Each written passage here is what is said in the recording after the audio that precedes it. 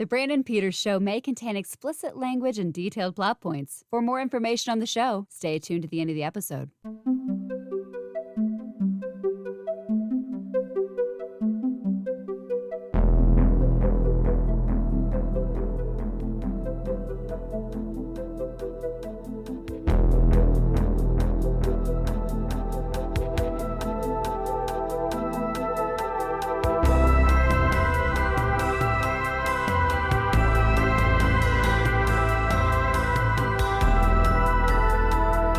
And now, here's Brandon.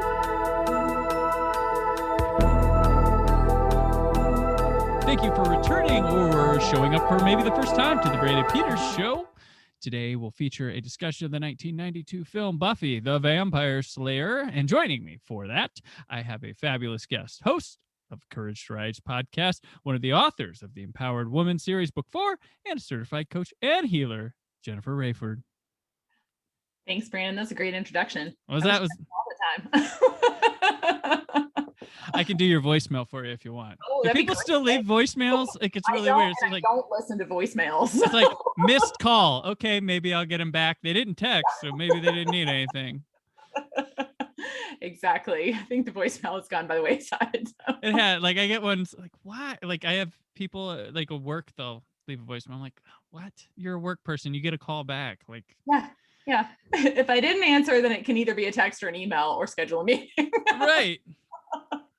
Yeah. Like, voicemails. And now they even they write them out. They voice to text them. So, which is hysterical. Really, actually, I'd like people to leave voice messages just so I can see what it transcribes it as, because that alone is hysterical. That is. I'm like, wait, what? Now I have to listen to this. Yeah.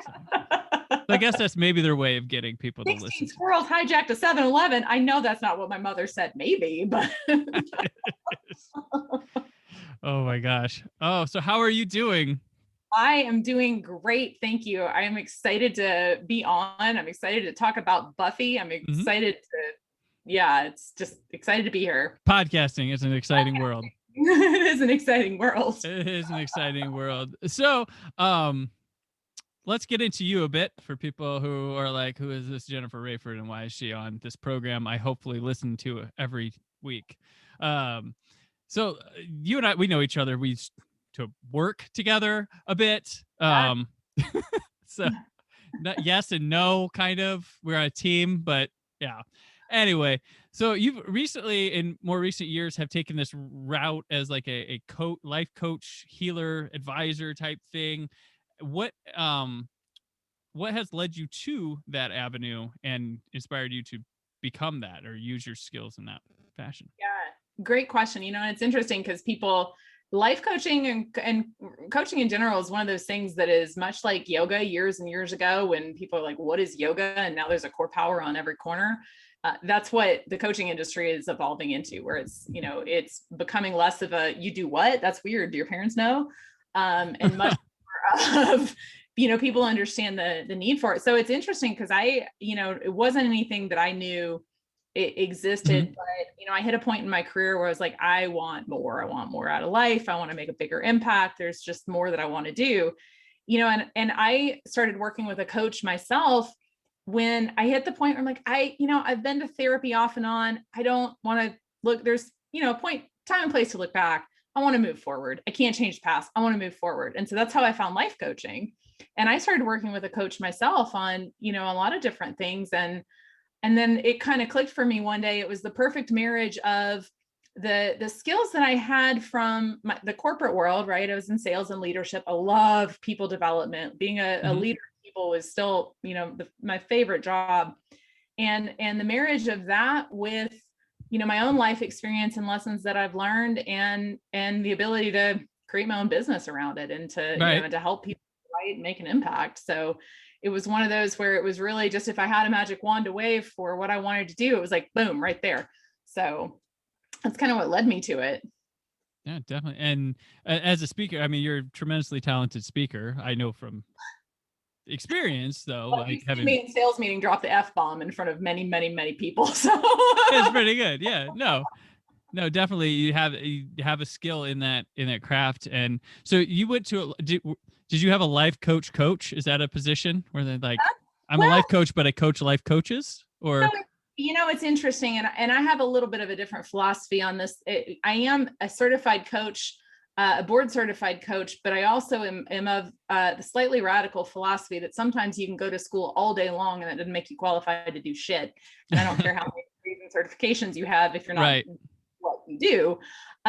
So I went through a certification program, and she mentored me a bit, and I started taking on clients for her. I think experiential learning is the best way to do it. So that was kind of how it happened. And then I've been doing it now for 3 years, a little over 3 years.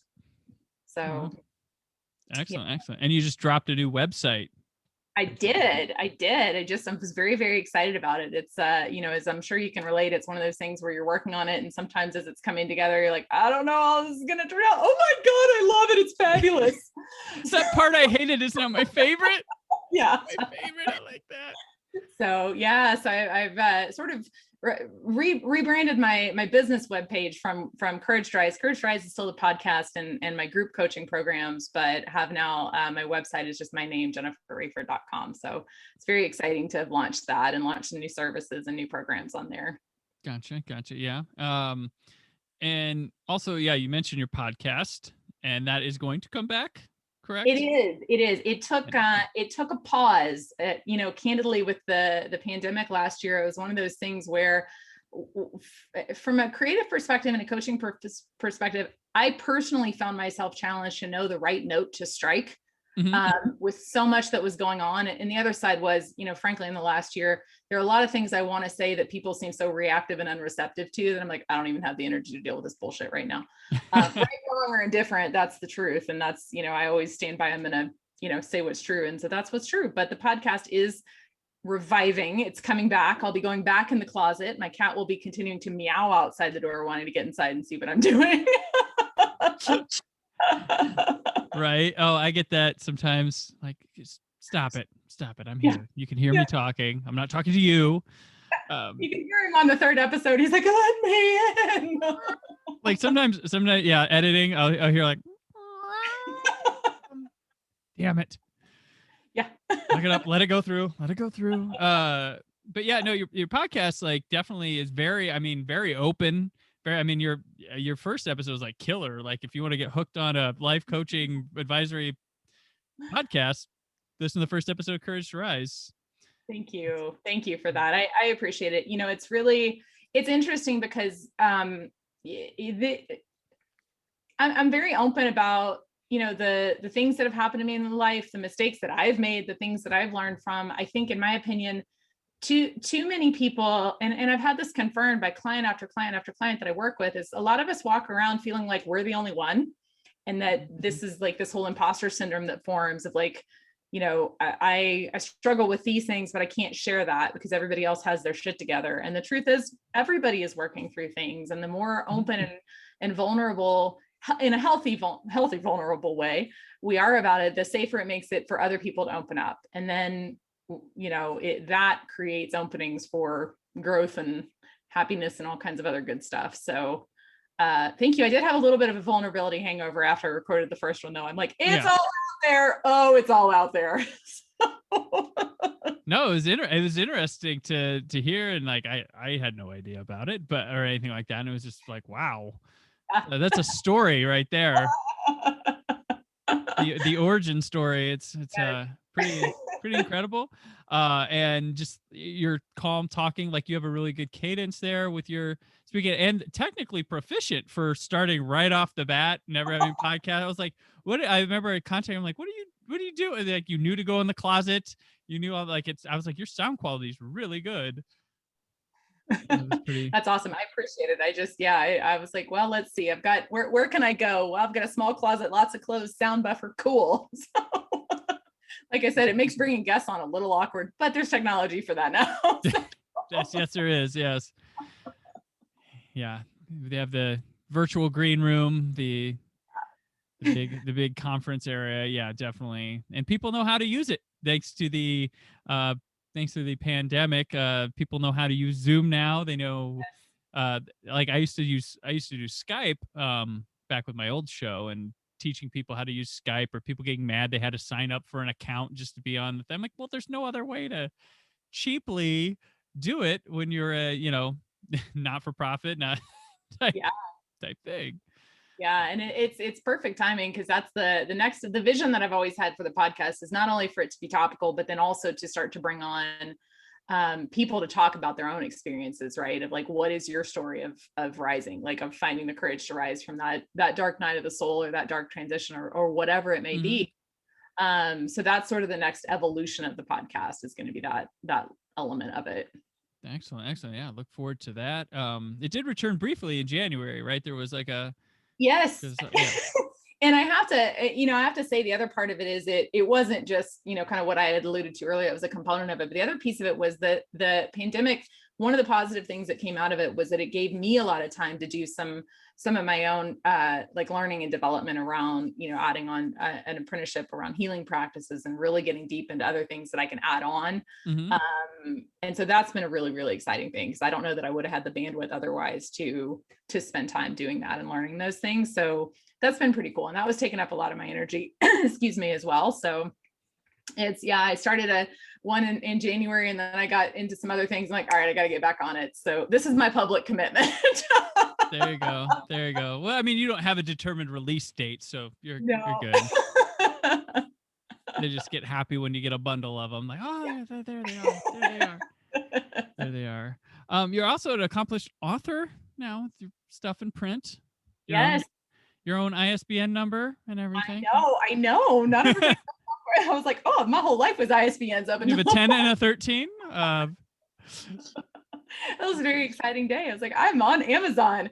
It's funny. It's the little things that anything that you accomplish in life, there's always, I'm such a big believer in keep the joy around that. Like, I don't ever want to get to a point in my life where it doesn't excite me that I'm on Amazon. Yeah, no, enjoy that. Bookstore. I don't mean to, call out Amazon specifically, but in any bookstore. So yeah, that was a really exciting thing. And I've always loved to write, and my blog has been a great expression of that. And I have plans to do a full book of my own soon as well. But that was another one that's a really great opportunity to partner with other women to really vulnerably share our stories and share, the learnings and lessons from it. And you want to talk about a vulnerability hangover? That was a good one when that one published. I was like, oh God, it's out there. No shame, nothing. It's all just.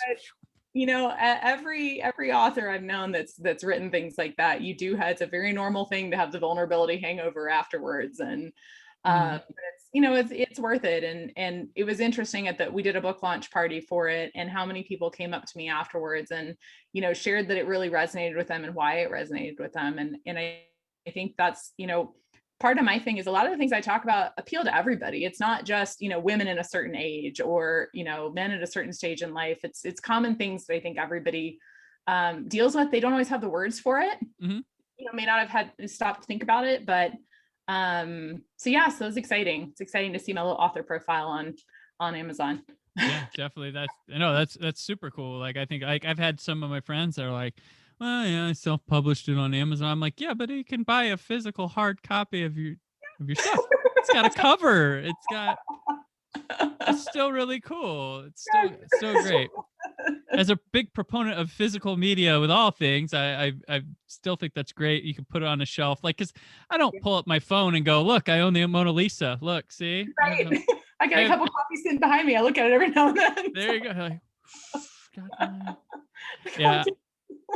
I had the guy who made the score for this show was on, and he's tries to, well, I am not a big deal or everything, but I'm like, dude, you have multiple vinyl records of your thing. He's like, yeah. He's like, do you have like a shelf with a bunch? He's like, well, it's slowing down because I keep giving them away to people that want to see them. I was like, but you have vinyl out there. That's a collector item now. Like a vinyl, those are limited edition things. Like, be proud. Like it's there. Your history printed. Yeah. If you're gonna look up an ISBN number, you're gonna show up there. That's the thing. Hope nobody wants a desk copy. No. That goes back to Amazon and sells.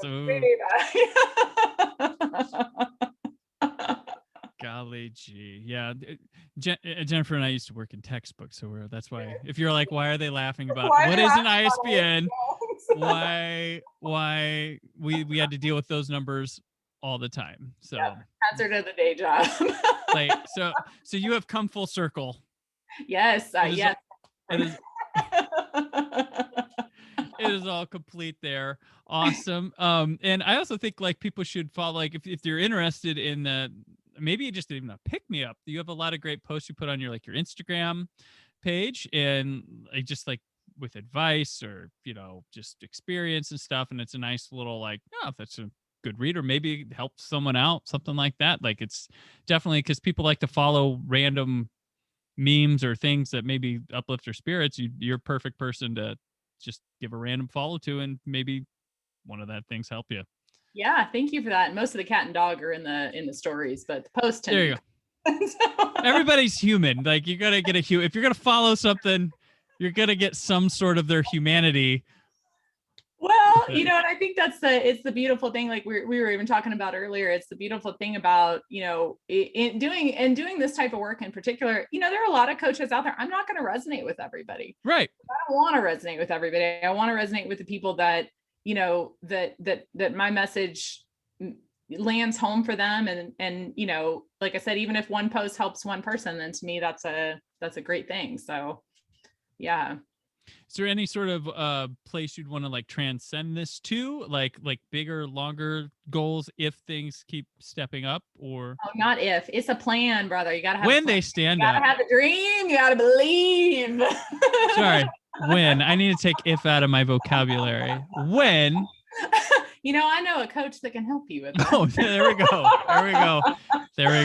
No, I do actually. That's been, again, one of the things that came out of the pandemic was that, it really gave me a great opportunity to draw in and, do some longer term planning in terms of the impact that I want to have and the scale that I want to reach and the people that I want to reach. Mm-hmm.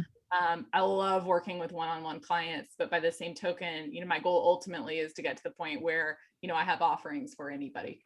People right. that, $47 offer here and there and that kind of thing. So I'm doing a lot behind the scenes. The website's just the first step of that.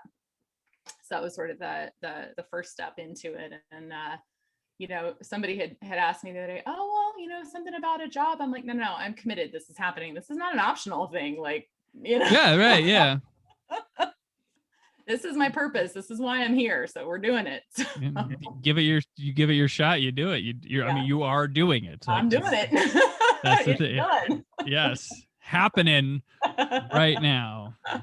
So that's really great. And I hope to see more from it and continue to follow your successes as it keeps growing and growing, and look forward to your podcast returning. Yes. And it shall. It does. I don't listen to any shows like that, but I've got yours on subscription and I have listened. So, well, thank you. Yeah. So there you have my support. I appreciate it. You'll appreciate this. When I had the inspiration for it, and I shared this on the podcast, it was literally one of those things where if I didn't do it, the universe was going to drop a microphone on my head. There was a guy in our building that's a local restaurateur that's into audio, and he was, I was inspired one day and ran downstairs and said, Todd, can you mix music for my intro and outro for my podcast? And I was like, he's like, yeah. I was like, okay, I'll be back later. Just wanted to make sure. So don't yeah. Yell at me like that. He's like, I think I got hit by a tornado, but sure, I'll do it. Yeah, I felt like a psychopath. I was prepping this and asking people, hey, we like when my score guy, like I was like, would you be? Because that takes work to come up with. Like he composed everything. He's like, oh, no problem. I'm like, I have no money. He's like, oh, you don't need money. I'll do it. I was like, oh, okay. And it's weird how that can happen, but except for like my first logo guy, he was like 500 minimum. I was like, oh, okay. Nope. I was like, what part of no money? Yeah. And we know each other does this, but I get it. Bootstrapping. I've done, but, and he told me, he's like, I mean, if someone came up and wanted you to do a podcast edit or something for free, you probably feel the same. I'm like, I have done that before and I have done it for free. So I don't relate with you on this. Yeah. It's an interesting point that you bring up, but that is in entrepreneurship, there's a correlation there between like charging for the value that you bring, right? And like finding that balance of, compensation, like laws of compensation, right? Like helping people and also getting that exchange there. It's kind of interesting. That's a whole other conversation, but yeah. Right. Yeah. It's Jennifer Wreyford, part 2. There are many, many things floating in my head. Excellent. I tell my clients all the time, they know this. I'm like, hold on, 6 thoughts, just traffic jammed. I got to unpack them. Oh, I hate that. Like I have it with my wife, and I'm like, don't talk right now. I'm sorry. I have to finish these 3 thoughts. Okay. Yes. Now. Yeah. Like, I'm like, I'm wild. Like there's something going on in my head. Like at every second, there's like 90. Yep. 1,000,000 miles an hour. When I go on my walks, I like to walk alone because I need to do that. So yeah. Very much so. Okay. Well, anything else you want to talk about before we move on to Buffy the Vampire Slayer? Let's talk about Buffy. I love Buffy. All right. All right. Buffy the Vampire Slayer is directed by Fran Rubel Kazooie. And this is really it for her. She was an executive producer on the television show and Angel, but they never set foot near it. Probably just to avoid legal stuff. It's written by Joss Whedon, who is now known as a scumbag. We got that. It stars Christy Swanson, Luke Perry, Donald Sutherland, Rutger Hauer, Paul Rubens, Hilary Swank, David Arquette, Sasha Jensen, Stephen Root, Natasha Gregson Wagner, and Candy Clark. Also, if that wasn't enough, there are small roles and cameos by Ben Affleck, Thomas Jane, going by Tom Jane, Ricky Lake, Rick Dean Logan, who is Carlos and Freddy's Dead, The Final Nightmare, Alexis Arquette, Seth Green, and Slash from Guns and Roses. It's a packed movie here. But Jennifer, you brought Buffy the Vampire Slayer to the table like bam. Why Buffy? Why Buffy? Well, it's always a loaded question when somebody asks me either what's my favorite movie or what's my favorite book. I'm like, but it depends on what's the mood and what's the genre. Like I can't pick one. Right. But I love Buffy was one of those that when the movie came out, it was so at the time, it was like campy, dark comedy, just sort of so off the wall. But I love that kind of thing, right? And it was so funny with the one-liners and the, just such a funny little storyline. And I loved, when I first saw it, I loved the humor in it, loved the strong female character. And then, I mean, obviously the TV series is an entity of itself, but love the TV series as well. So when you ask for a movie, I'm like, oh, Buffy, we got to talk about Buffy. Yes, definitely. I'm also one of the people I like the movie a lot. The TV show is one of my favorite shows, period, of all time. One of them, and it just struck me because I really like this movie. And then when hearing that like Joss Whedon, like, oh, I hated that movie and it all went bad and all this stuff, I was like, well, I still liked it. Yeah, that was interesting to me too because I hadn't realized how much it was a departure from what his initial vision was of it. And because I like it as an entity of itself, to me, I separate them. The movie is separate. I mean, the TV series is which I also love. It's one of my top 3 TV series. But it was so, and the movie, just to your point, now watching it back and see, I didn't even notice Ben Affleck was in it who is Ben Affleck at that point? I'm not even sure school ties happened yet and stuff. Like he was, Yeah, and it was actually before you and I talked. I had watched it for the first time in a long time and went, "Huh, that's Ben Affleck." Right? Yeah, he's just a little guy out in Hollywood trying to make it. Yeah, but I just love it's got so many great one-liners in there, and I think Paul Rubens does it great. That part, and then when he comes back at the end. Oh yeah. Right. Yeah. No, this is great. For Paul Rubens, this was post Pee-wee. He had cameoed in Batman Returns at the beginning as the Penguin's father. And they were just trying to say, like, this guy's nothing like Pee-wee. That's what the goal was. And I think this was trying to also put a new image out because he had been caught for masturbating in a movie theater in Florida. I'll always remember that because we were vacationing in Florida as a family at the time when that news broke. I didn't remember the state. I remembered him getting caught doing that. I always thought Pee-wee. I'm pretty sure it was Florida because I remember I put that memory together. I always thought the Pee Wee Herman show, it always freaked me out as a kid. I didn't like it. Oh, I love the weird Pee Wee stuff. Like no, and now we're in an era like nobody probably remembers or cares that happened. Yeah. We're like, oh, so many worse things have happened than that. He probably wasn't the only one doing that in that theater. Let's be honest. Like, Yeah, yeah. It was funny because I had read that one of the things I read around Joss Whedon in the movie itself was how much he enjoyed working with Paul Rubens. Yeah. And that was interesting to me. And then by contrast, apparently not with Donald Sutherland. Yeah. But how accommodating and considerate that Paul Rubens was. Yeah. And I thought he played a great part of that movie. Well, yeah, and Donald Sutherland at this point, he was kind of in a do what the fuck I want stage.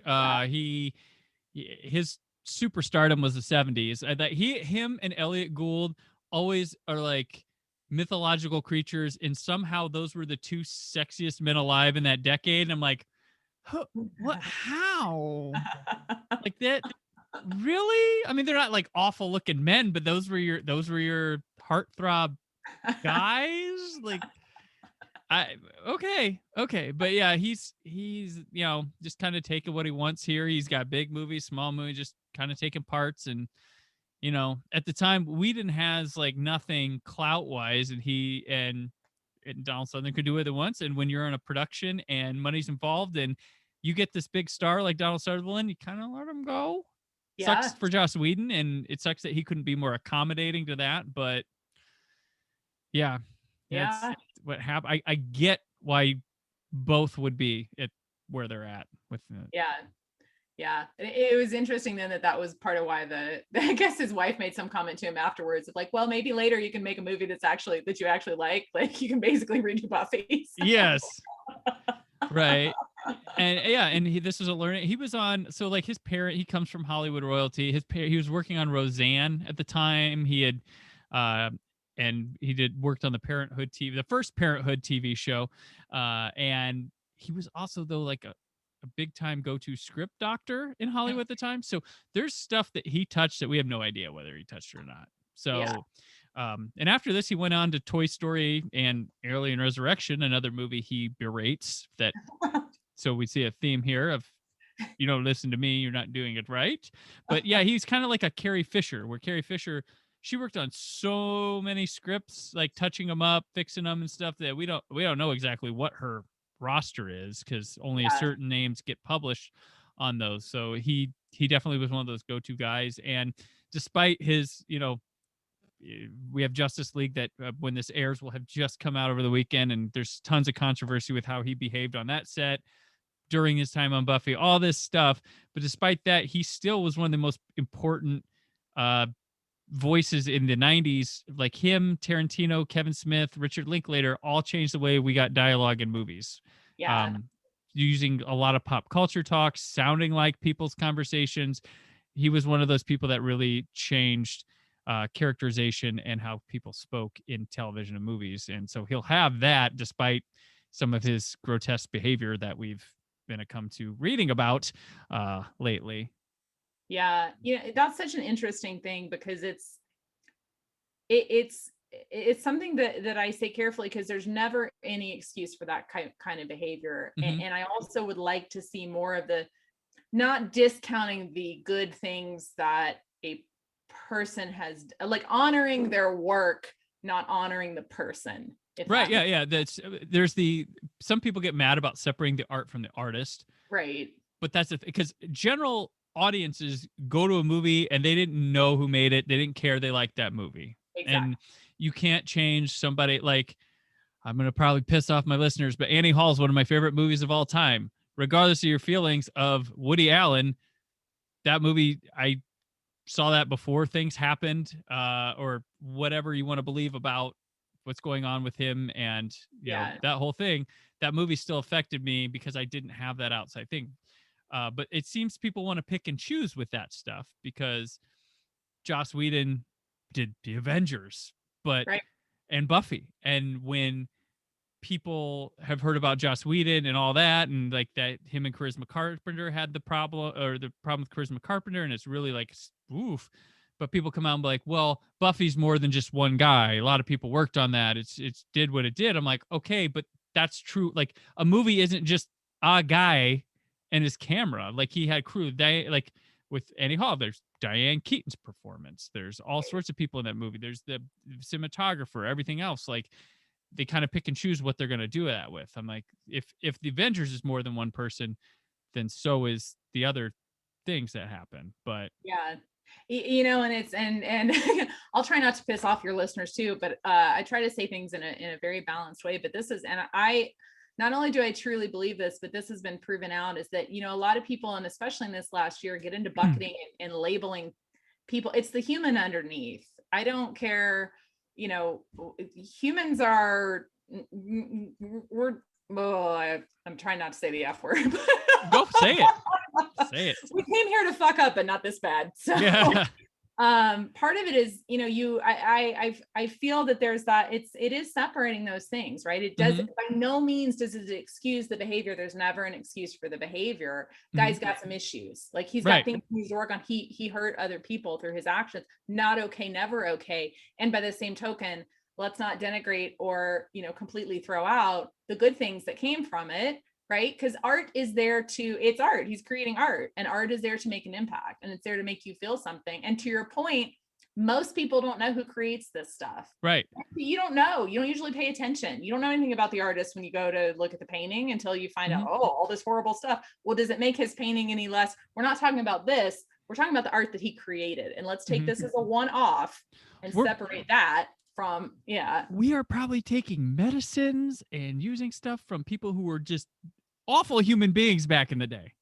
Well, I was gonna say, I mean, this is one of those things of where does it stop? And you know, it's a very slippery slope there. But you know, nothing excuses bad behavior. That's his human sucks. The art he creates, I love and will always love.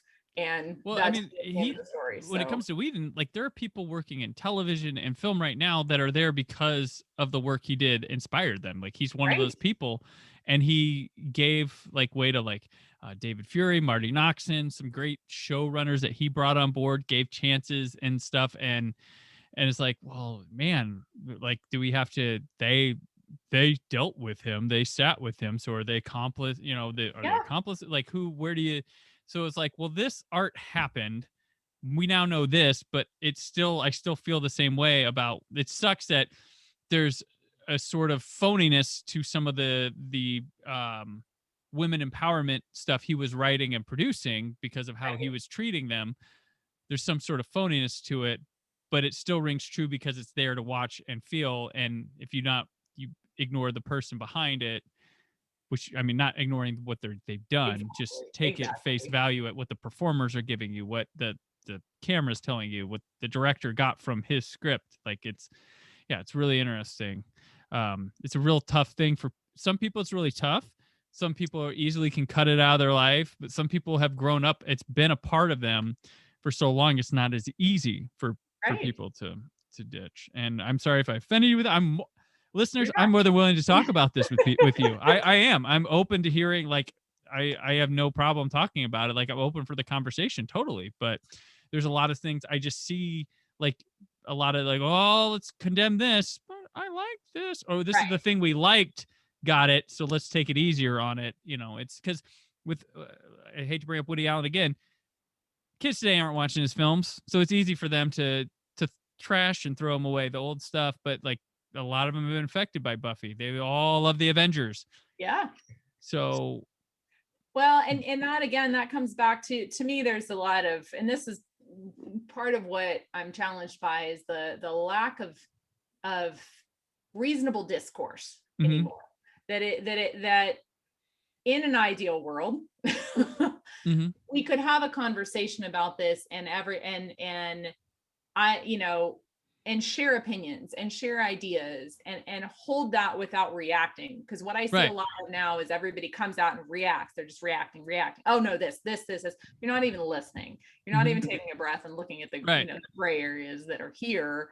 And it's not all black and white. And that's to your point of if we're going to cancel, you got to cancel everything then. And then where does it stop? And then we look at the things that have gone on that shouldn't have ever gone on.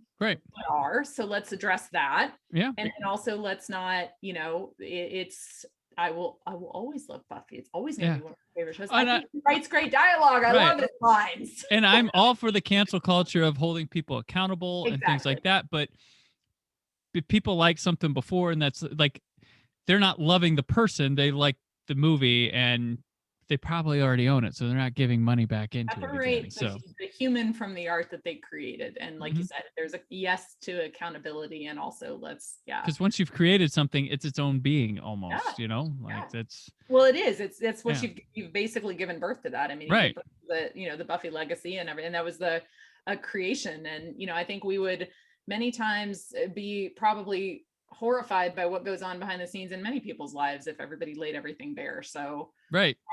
That again comes back to the work, not to but that's the work that I do, is let's get to the human. Let's get to the human underneath. Let's heal the things and deal with the things that are the root cause of these things. Right. And so then, and I think I agree with the, when you have positions of like high power, high paying, big spectacle people, yes, stop giving them the opportunities. Yes, those like the Kevin Spacey them. Yep. All right. Well, no, man, let's not stop casting him. Let's stop that. Right. I get that. But the past work is there already, and it's not, it's what it is. But let's talk about the movie we have, Buffy. This is good. We got way off track there. Sorry. It's all good. It fits one of our players here. I mean, honestly, it's kind of unavoidable because it's there, so it's better to address it. And right. Yep. And excellent. And right off the heels of Justice League on HBO Max. So the director of this, Kazooie, she did this movie called Tokyo Pop, and it got some Cannes Film Festival buzz, and she landed upon the script for Buffy, and she worked on developing it with Joss Whedon when it was Martha the Immortal Waitress at the time, and they got it together. They started helping fund the film and really helped to develop it, though their relationship with Whedon soured through the production of the film. But the cool thing about her, while I said her career, she didn't go anywhere director wise, thing like that. Her and her husband did found a company called Kazooie Enterprises, and what they did was they imported and exported independent Japanese and US films to each country. So they were like really stockpiling and bringing different art from another country into the US and stuff. And I don't know if they still do that to today, but that's pretty important, I think, in its own right. That's interesting. I didn't know that. Yeah. But yeah, the movie, Whedon, obviously people know the story that he was sick of seeing the blonde girl get chased down the alley and killed. He's like, what if she could fight back once or something like that? It started as like, what if this nobody was this powerful person? But then he went to the blonde get in the alley, and which is an interesting thing, because a lot of times in the horror movie, the hero is the quiet, nice girl that no one's paying attention to. Christy Swanson in this movie is not nice. She's like, girl, you don't like get to know your Pike. Yeah, your Pike at the beginning of this, and then you have to watch her come around in this arc that to come to realize that she's grown up a little. Her friends, she's passed them on, and it's portrayed pretty well for an 80-minute movie. I mean, there could be some more, but they get through it pretty decently. Yeah, and it's interesting because I was also an English major, so when I look or watch anything, I can always look at it critically from a couple different angles. And now I, add in the coaching perspective as well. And so now I watch it back and I go, oh my God, there's so much here. But part of it is that she does go through, I mean, she goes through almost her own, which I would liken to the awakening that a lot of us go through, where you kind of are in your life and operating in asleep in a lot of ways, right? Mm-hmm. And she has these friendships and these relationships that are empty, that are fake, right. And even the relationship she has with her parents is, she's like, it's possible she thinks my name is Bobby. Like there's no connection, there's no warmth, there's no realness to it. And she goes through this whole awakening process and basically realizes that her friends are just vapid and empty and judgmental and jerks, and her boyfriend, all this stuff, where she comes out on the other side having formed real relationships with Merrick, albeit short, and then obviously with Pike. And I think it's just such an interesting arc for, you can draw a lot of parallels from that. Yeah, definitely. Yeah, it's really, really good. And in life, like you have relationships that just maybe get to a point where I did this, and then we're just not there anymore. Like we just are here because we did know each other, like, you know, and there's a lot of people I think have a hard time in lessening those relationships, or just, hey, well, let's just move on because we're different now. Yeah, and that's an interesting thing that happens in, I mean, obviously I'm in the personal growth industry and spiritual growth as well, but as people evolve, and it's not right, wrong, or different. It doesn't make the other people, there's nothing wrong with them. It's just everybody's on their different path. And sometimes as your life changes and evolves, people fall away naturally, you know, and it's not, again, it's not, it shouldn't be contentious or big and dramatic, but it's just like these don't fit now. They did before, and I'm grateful for it. And now it doesn't fit anymore, you know? Yeah. So I saw a lot of parallels with that as well. So Definitely. Yeah. And, Chrissy Swanson herself, she was like the it girl right around this time, one of them. And she was coming off Hot Shots and, the glorious Mannequin 2 on the move. Yeah. No, I mean, are any of the mannequins good? I don't know. Well, you know, I don't know. Kim Cattrall holds a special place in my heart for the first one. I will say, I will probably do episodes of the show on the mannequins just because I think it's so fun. It's such how did that happen? Like, I loved it when I was a kid. I did too. And then I think about like the weirdness. I'm like, did somebody want to have sex with a mannequin? Is that how we got the screenplay? Like, man, mannequins are hot. What if one came to life? Like, or Splash, mermaids are hot. I don't know. There was a whole scene there. Oh yeah, just the weird things we could come up with in the 80s. Yeah. And then she would follow this up with The Program and The Chase, which was the one where Charlie Sheen held up a place with a Butterfinger. Yes. Remember that movie? And then she kind of just, by the end of the 90s, it was Christy. Yeah. The other Buffy. The other Buffy. Like, oh yeah. But no, she's perfect fit here. I mean, that's who I would use. I saw somewhere where like Alyssa Milano, which fine, but this I like what Christy brings here, and she's quite good and definitely has chemistry with all. She works well with Donald Sutherland and like Luke Perry, doing his Dylan phase. Well, and I think that it needed the right actress for that, to be able to make that, because she does a very convincing Vapid Valley girl. Yeah. Right? And then to make and even when she has the moment with Merrick, where she's like, you made a joke, and you know, there's the warmth, and she has, you know, she has that connection, and you really, she does it quite well. And it is, I think not everybody could make that work in that way. Yeah, definitely. And some of that weed and stuff, like you said, they made a joke that pops right through. Like you could totally see that in the TV series. So you can go back now and kind of glean what was his that made it through still, and what didn't. But Luke Perry, who I think Luke Perry delivers in this movie. He's actually quite. I could see what people really saw in him in this early stage. I think he's a highly underrated performer. But yeah, this was his big movie during that. They actually moved the shoot to be around him. And then he'd follow this with that 8 Seconds bull riding movie that they were hoping for an Oscar for him. It didn't happen, but he'd leave 90210 a couple years after this. But yeah, he's quite good. And I think he really grasps the dialogue and stuff like that. And I did read where Whedon asked him on the set if he'd ever seen Near Dark, the Catherine Bigelow film. He's like, bro, are you kidding me? Like, he's like, oh, I knew he was a good man then. So no, he did. I love the line where now you're a coat rack. Yes.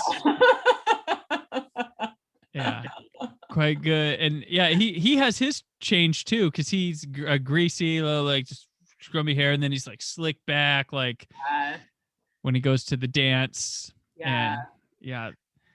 I will say is that, you know, the end of that, one of the other interesting things in this is, you know, she's a strong female character, and this gets into, there's a part at the end where they're dancing, right? And he tells her, like, I've saved you a dance or whatever. And right. She says, are you going to ask me? And he says, well, I suppose you want to lead. And she says, no. And it's interesting because I've done a lot of study into masculine and feminine energy and dynamics. And that's the thing is, as a woman and as a strong woman, there was for a while this, I don't need a man. well, we all need each other, and there's polarity in anything. And I don't mean, I'm not talking specifically about gender, sex. I'm talking about the feminine and masculine energy, regardless of, I mean, this is true of same-sex couples as well.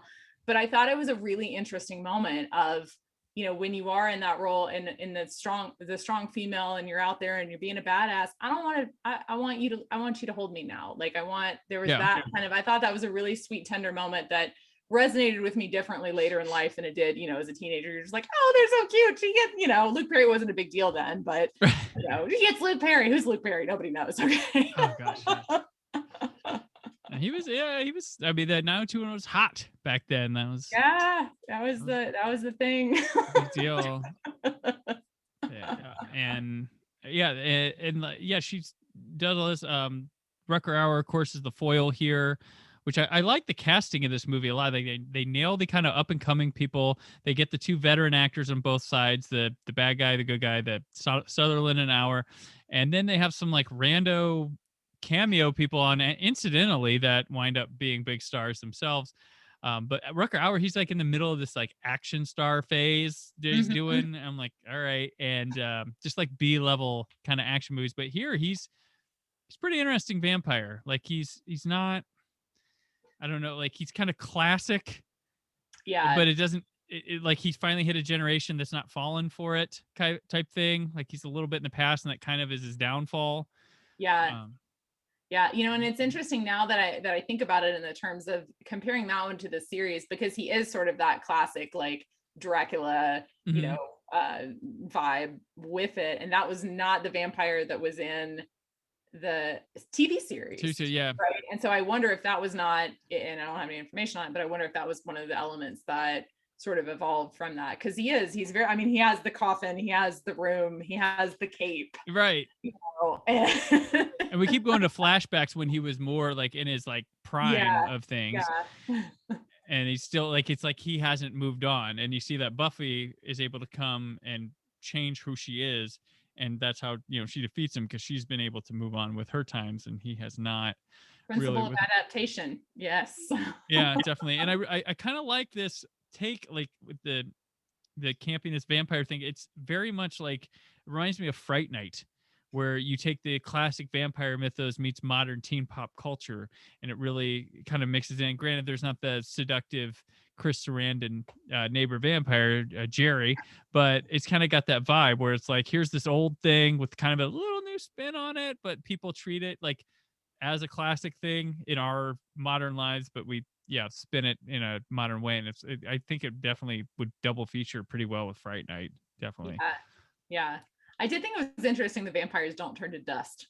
Well, the thing was, like, this is a movie, and I believe Joss Whedon said he had to dust because there's gonna be so many bodies during a TV show's run that where are they gonna put them all and drag them around? In the movie they didn't, right? No, in the movie they don't. They can do that in the movie.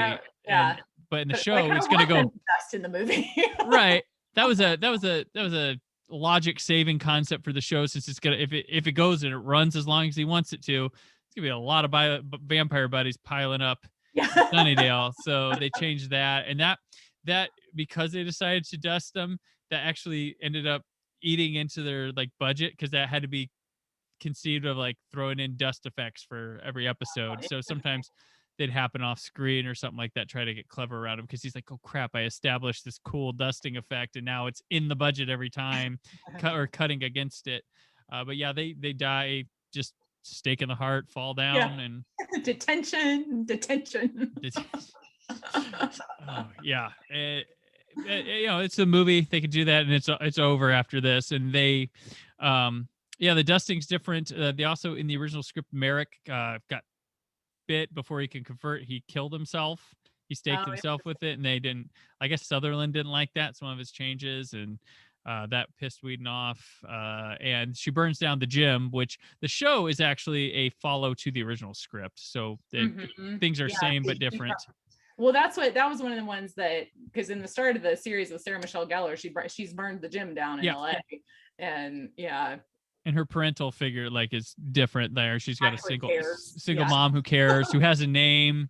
And it's weird because Candy Clark in this, the first credit at the end is Candy Clark as Buffy's mom, and then the rest of the cast list comes up. So like Candy's agent couldn't get her in the opening credits to be a star, so she got her right at the front at the end. Yeah. It's like, really, I was like, nobody hanging out with Candy? She's separate from everybody else, huh? She's just like she was in the movie, not caring. The Slayer has a birthmark in this. That's a different thing, which she had removed. That hairy Dude, mole. a hairy mole? I had that removed. Yeah, and she has a spidey sense of getting cramps when the Yeah, vampires are great. around. My secret weapon is PMS. Right, yeah. I was glad that one went away for the TV. Yeah, series. that's straight off. So yeah, that's kind of what I was like, I'm not sure that was well thought through right there, no, but I don't think so. right. And the Watcher's immortal in this, and they're totally mortal dudes.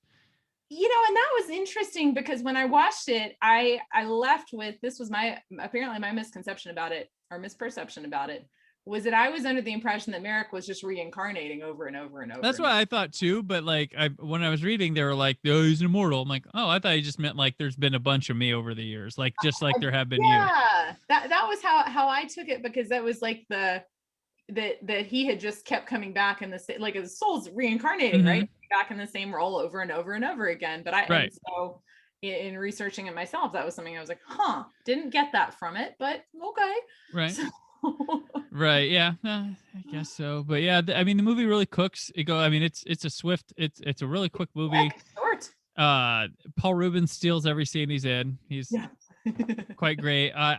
One thing I did think, like, they're good at getting like trailer worthy shots with the action, but if I had to make one like critique, I think some of their cutting and action could have been more interestingly done. But I mean, you have someone going from Tokyo Pop, which I'm not sure was an animated or something film, to a live action first time. So definitely some room to work there if I was to give it one big critique. But this isn't a movie I like sit hard and go, well, wasn't like, Fellini would have done this.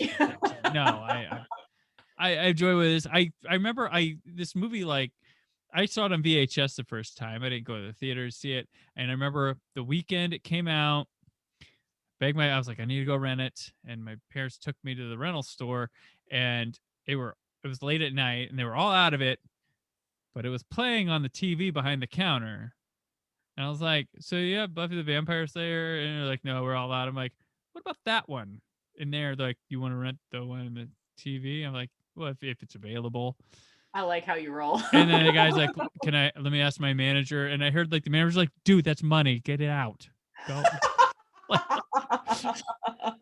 And so I rented the copy that was at the store. I think they asked if it could like play to the end, and it was close to the end or something. I was like, okay, sure. And so I got the one from that, and I watched it and I liked it a lot. I was like, the movie, I was like, this looks really cool. I remember the title being such a strange thing to people when it came out. Yeah. Like the feeling people had about Dude, Where's My Car? They had about Buffy the Vampire Slayer. Earth Girls Are Easy. Yeah. Yeah. Like one of those titles that just threw adults for a loop. Like, oh my gosh. I'm like, it's comedy. Like, it's going to have why not have a funny title? It's vampires with comedic take for teens. There you go. And it delivered on everything I was hoping it would back then. And so I guess I've had this soft spot, and going back to it after going the TV series, I'm like, this is nowhere near as good as the show, but it's still good itself. Like I still enjoy that with it. And I'm glad it has itself, because it wasn't well received when it came out by the critics, wasn't high grossing at the box office, but has managed to become a cult classic in its own right, behind the shadow of the series and the, even the Whedon hate against it. It still has had its fans. It debuted at number 5 in 1992 at the box office, and I was like seeing like, who was it up against? Well, number 1 that weekend was Death Becomes Her. Oh, yeah. Number 2 was the third weekend of Honey, I Blew Up the Kid. Number 3 was week 2 of Mo Money, and the 4th, which ties to this show because did it a couple weeks ago, A League of Their Own on week 5. Oh, wow. Interesting. So that was really ahead of it. And it ended up making about 2.5 its budget back, which is fine. Back then, I don't think they spent as much on marketing like they do now. I don't think you needed to make 3 times the budget back, but luckily somebody was into it and they got a TV series out of it. Joss Whedon met someone who liked the movie. He's like, I heard you had problems. Would you like to try that as a show?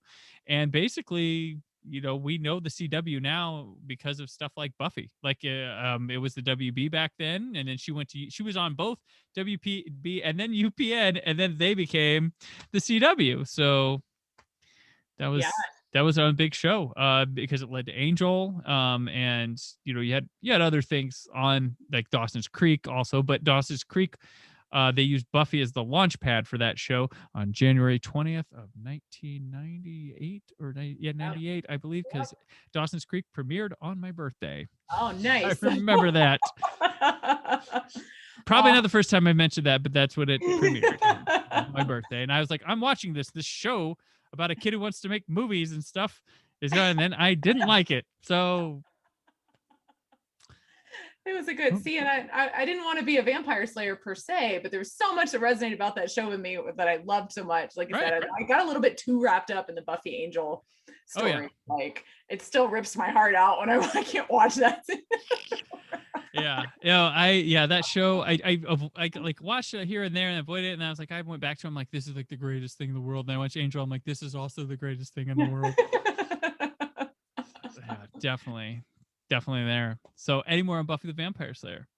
No, it's so fun to be able to talk about this. It's good stuff. I like your insight about the characters and stuff, and definitely reflecting. That's great. Okay, we'll move on to my what else section. So this is what else. This is where we just talk about anything we've either put out in the world with our work, something we wrote, did, or maybe something we read, watched, did, whatever, something else. So Jennifer, what else?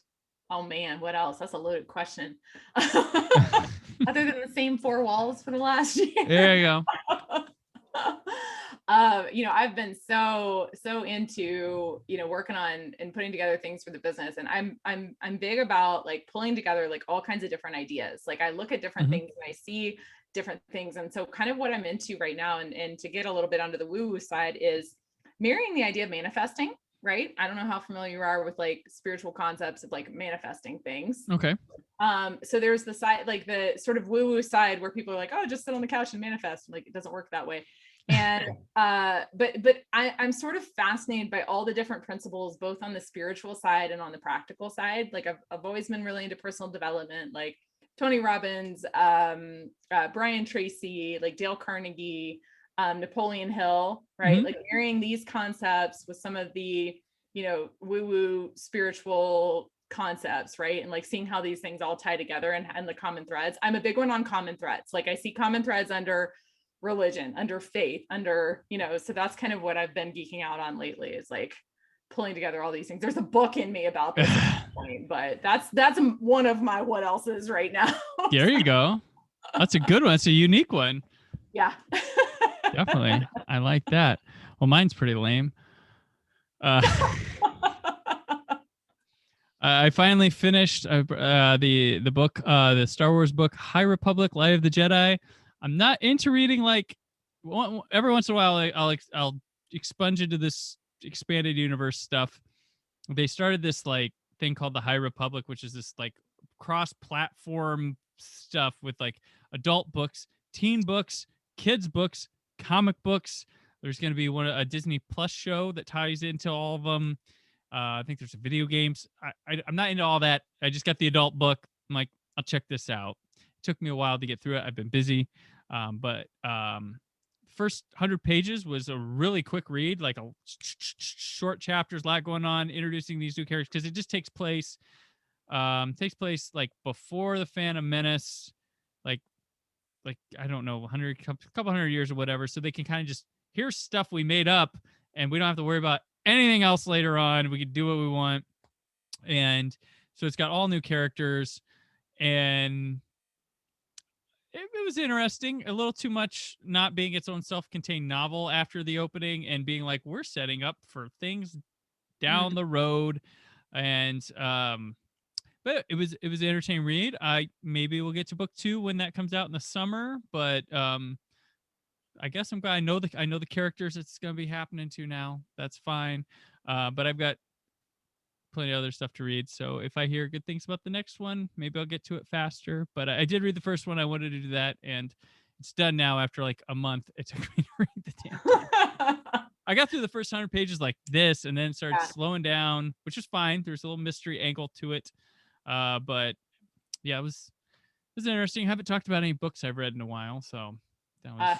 I am such a well, obviously, I was an English major and then worked in the book business for so long and before it became the digital business. But I joke I have an 800 square foot condo and 200 square feet of it is books. At least it's growing. I won't buy more books. No, I buy more books. I won't buy more books till I read the ones I have. Yeah, No, yeah, I'm exactly. lying. No, I'm not. lying. Yeah, my books started to stack up of like stuff I really wanted to like instantly read, and then I get tied up with other life things. And I am a person where I need a bit somewhat ideal conditions to read, or I get frustrated or things like that. And when I have children during the daytime is not, and then at nighttime I'm too tired, and then so I try, and that happens. Sometimes I get the mindset to read, then something bugs me before it, and I'm like, nope, can't read right now. Yeah. It's interesting. I love to read so much, and I have to allow myself time to like specifically do that. Like turn off the phone, turn off the, just find the time where I'm not distracted and where I'm not going to put it down to be able to I did actually finish a book. Unplug the TV, turn off your phone. Exactly. All the things. Cause not that anybody's flying anymore consistently anyway, but it used to be nice when you were in the airplane. There was no Wi-Fi. Oh, yeah. Nobody could bother you. And now it's a blessing and a curse. But I'm notorious. There are always so many things that I'm interested in that I'm notorious for starting a book and then starting another one and then starting another one. And so I have multiple books sitting around my house that have bookmarks like a quarter to a half of the way. Oh, wow. Oh, wow. That's good. So I get really interested in it. And usually they're like nonfiction, topics, but I get really interested in it. And then I'm like, oh, but I want to see this too. And so I'll start to read that one as well. So. Oh, my. Yeah, I can't do books at the same time. Like, I've always just been one book till the end. Yeah. One book at the end. I can't do that. I probably could do that. But I did finish one of the few that I've finished in a long time. So I was an English major, right? I've said that a couple of times. I'd never heard of Jane Austen's Persuasion, literally had a dream about the book. And it was like, saw the cover of the book in my dream. And I was like, all right, I guess I'm going to read that. So I picked it up and read it start to finish. It's a very good book. So that was a book I've completed lately. There you go. Last year I read Dune, and that was I bought it. Haven't read it yet either. Okay. That I've seen the movie, so yeah. I read Dune no problem in like middle school, and so I've had this copy of Dune. I'm like, I'm gonna read it again before the movie. I did the episode on the David Lynch one for my old podcast years and years ago, and I was like, I'm gonna read the book before we do that podcast. And I was like, no. And this thing, so like Dune was actually short stories published in a magazine and now collaborated, so it doesn't flow well like a book, and it's super dense, but it's really good. But it's a tough read. Like it's the weirdest thing to say to people. I'm like, this is one of the best science fiction novels I've ever read, but it's a challenge to read, and it's not for everybody. And like the story is probably for everybody, but the way and people say like it's impossible to film that thing, but I'm like, it's possible. You just need I think they have the right person right now. I think Alejandro Jodorowsky would have been good back in the 70s, but they never made that version of it. But yeah, it's the weirdest thing, because it's like, this is the toughest book to read, but it's great. It's really fun. So kind of like War and Peace. I don't know that War and Peace is fun. But Dune's not really fun either, and I'm really excited. I want to read. My drive for this was not so much the first book, but the second book, Dune Messiah, is supposed to be fucking crazy. So I really want to, like, if they made, like, someone's like, I hope they get this movie's a hit, so then get to that one and then just see all this stan, like, fan worship culture go nuts, because they're gonna get pissed the fuck off when they see what happens. I'm like, I need to see what happens in that book. So yeah. Oh, that's interesting, because that's what the impetus for buying the book was, seeing that they were remaking it. I was like, I watched the original a million years ago, but I was like, I'd be curious to read the book. So I have it. It's on my stack, one of my stacks. There you go. Yeah. So this year I need to get to Dune Messiah. That's what I need to get to. And if I like that, maybe I'll get to the third. There's a lot of books now, because like his son picked it up, like his notes and whatever, after he died, because he didn't get to write all. I think it was supposed to be like 7 books, and he like didn't get to do the last 2. or maybe I'm working that with another fandom or something, but there's supposed to be like 7, and then they just kept getting into it and writing more, not by Frank Herbert Dune. But I don't know. First book, yeah. Just watch the movie when it comes out, I guess, people. If you're not into reading, Dune's not going to convert you anytime soon. So, all right. Well, that'll do it for today on the show. Jennifer, I appreciate taking the time and stopping to talk Buffy the Vampire Slayer. It's been a lot of fun. So before we sign off, where can people keep up with you and your work? Absolutely. First of all, thank you so much. I was excited to be on and love to talk about Buffy and excited to chat with you. My website is jenniferwreyford.com, WREYFORD. I'm on Instagram as JRey all day, JWREY all day. And yeah, that's where you can find me. I also have Courage to Rise is still an active website. So. All right. Excellent. Rise podcast. Boom. Subscribe on iTunes or Apple Music. Yes. All right. Well, I'm on Twitter and Instagram at Brandon4KUHD, written work at WhySoBlue.com. There's more from the Brandon Peters Show this week, but until then, always remember to keep the positivity in your online film chatter. Thank you for listening. The Brandon Peters Show is a Creative Zombie Studios production. Produced by Brad Shoemaker and Brandon Peters. Written and edited by Brandon Peters. Announcer vocals by Jessica Alsman. Theme song by Metavari. Web design and show art by Brad Shoemaker with Brandon Peters. All music and clips featured in the episode are property of their respective studios, and no infringement is intended. Additional information on this and other episodes at BrandonPetersShow.com. For any inquiries, press opportunities, or sponsorship, contact mail at BrandonPetersShow.com. The show is available on Apple Music, Spotify, or anywhere podcasts are found.